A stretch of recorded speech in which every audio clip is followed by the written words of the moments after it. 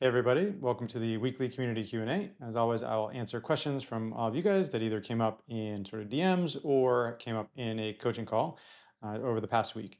And I have a few questions here, so we'll just dive right in. So the first question is around the offer and the resume, and it says, what is a key difference you see with executive resumes? And there are a number of different ways to think about, how can I tell if it's an executive resume or not? Obviously, a lot of that is covered in the library, in the resume sections. But one thing I wanted to highlight just for today is, do you talk about yourself as an executive, right? And one of the things I've seen recently, or at least I've noticed recently, is a lot of resumes talk about the things that you do that either are at the direction of executives or for executives. I was asked to lead this major initiative. I put together the stuff that helps us make decisions. And those kind of words make it seem like you are not part of the executive, right? So one of the reframes as you start to think about an executive career is you have to believe that you are an executive. That's step number one, is I belong, right? I am part of this crowd.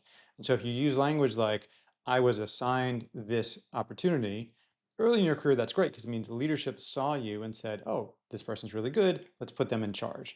But later in your career, if they assigned you, well, it's they, right? They is the executive. So you've just made a point to say that I am not part of that. You know, I led, just say, I led this thing, right? And so the idea is look through your resume and find any places where you refer to the executives as a separate group, right? I was given this, I prepared this for the executives. Again, if you prepare it for like the board, that's different because the board is not the executives. But if you prepare it for the executives, by definition, that means you don't think you're part of the executives. Otherwise, you'd be preparing it for yourself. Right? So that's just a very simple way to kind of read your resume and see where do you refer to the executives in your firm as a separate group. And if so, it's one of those subtle signs that you don't think you're an executive.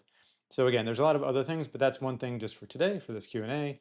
Read through your resume and see, do you refer to yourself as the executive, or do you kind of point out that you're separate from them? So just a little tip there. All right, next question. It's around the lead. So I believe I have a good case to be promoted with my recently expanded responsibilities and want to bring it up with my manager. How should I approach it? And ultimately, this goes back to, it's not about you, it's about them. So do you deserve a promotion? You may deserve a promotion between you and me and sort of qualifications, all that kind of stuff, but that is actually not the question. The question is, what value do I as your manager or the business in general get for promoting you? Because again, these are all business decisions. And if I've given you a lot more responsibility and you're doing those responsibilities, I'm getting the value out of you for the current price, meaning your current title and your current comp, and I'm getting the value, right? Do you deserve it? Maybe. Do I like you? If I do, maybe I will try to promote you, right? But if times are lean or there's whatever, you're doing the job for the price and it's getting done. So why would I pay you more to do the same thing? And if that's your mindset is, well, I'm doing it, you should pay me more. It can work. I'm not saying don't do it, but that's not the most powerful argument. The powerful argument is at the next level, I can do more. So if I were whatever, director, VP, SVP, whatever you're trying to go for, what is the additional contribution you're going to make? What are the additional things you can do to add more value to the business? That is the question you want to answer, not I'm already doing it, I deserve it, shouldn't I get promoted? I'm not saying that doesn't work, but like that's not very compelling. That's you're asking me to do you a favor because I don't have to promote. You're doing the job right now. So you're basically asking for a withdrawal. If you've seen the networking sort of deposit withdrawal methodology, right? You're asking for a withdrawal for me to promote you because I'm going to give you something where there's not necessarily an immediate payback. Instead, you want to make it a deposit. If you promote me or if I get this role, here's what I'm going to do with it. I'm going to add all this additional value. I'm going to be able to go out there and make better partnerships because with the title, I can then call up the other executives at these other partner firms. And you have to make up what the answer is. But the concept is you don't deserve it. Like maybe you do, like you probably do deserve it, but that's not the argument. That's not a persuasive argument. The persuasive argument is you, decider, manager, committee, whatever it is, are going to get more value from me in a more senior role.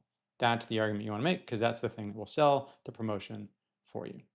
All right, so that's a couple quick thoughts on promotions. Next question. How to answer the question of why, what are you looking for, or why are you looking for a new role? And again, I talk about this, I think, a few other times, but ultimately, it's about this idea of not, I'm moving away, I'm moving towards a new opportunity. And the best answer tends to be something along the lines of, I've met all the challenges in this current role. There isn't, we're now mentoring more steady state. The business is slowing down. I have more to give. I need a bigger challenge, and that's why I'm looking around. This company doesn't have a big enough challenge for me, right? That is the most powerful one because it shows that you are really good, you're hungry, and you're able to do more, right? And so that's the basic idea is you want to somehow say, yep, I've done it all and knocked it out of the park, got it all, successfully done, and they just don't have anything big enough for me for whatever reason, make up a reason, but they don't have anything big enough. I'm looking for my next big challenge because that's the kind of person people want to hire. So again, why are you leaving? It's always to find a bigger challenge. Nothing bad about your existing one, except sometimes, there isn't a big enough challenge, right? But nothing bad about management, nothing bad about direction, nothing bad about market. Don't be leaving the company, be searching for where you want to go. So that's how to think about a new role. Next one is in relationships. And what's an effective way to engage C suite people? I'm going to an executive networking dinner and could use some tips. Okay, so you're going to an executive network dinner or even just in your company, and you're going to talk to executives. What do you talk about? Right? The There are two things that come to mind just thinking about this question, right? So one is you can have a topic in mind and be looking for opinions on the emerging effect of AI in financial markets. Pick whatever industry you're in, pick whatever topic you want. You are thinking about this as a strategic question on how does it affect business. So that's the macro category is you want to be thinking about strategy, current events, whatever it is, how does it affect business in general? And you want to get their take because everybody's going to have an opinion on how AI is affecting industry X. So you can ask questions about that, right? And then you're having a two-way conversation. And as soon as you have one of those conversations, you have another of those conversations, and then you can refer back to the first one, which makes it easier. So you have a conversation with the CTO. How do you think AI is going to affect financial services? You get some ideas. You go to your second conversation and you say, oh, I was just talking to the CTO of so and so. They were thinking this. I'd be curious, what do you think? Because now you're demonstrating network, you're demonstrating insight, you're sharing knowledge. And those are all good things. So have a topic. The other one is if it's somebody who's definitely more senior than you. Like, so if it is one of those things that you're a director or VP and this person is a CEO or CTO or something like that, you can ask them questions that you will need to address when you get there, but you're not there yet. So, what do you think the top three challenges are for our industry over the next 3 years? What are the top risks? What keeps you up at night when you think about your role?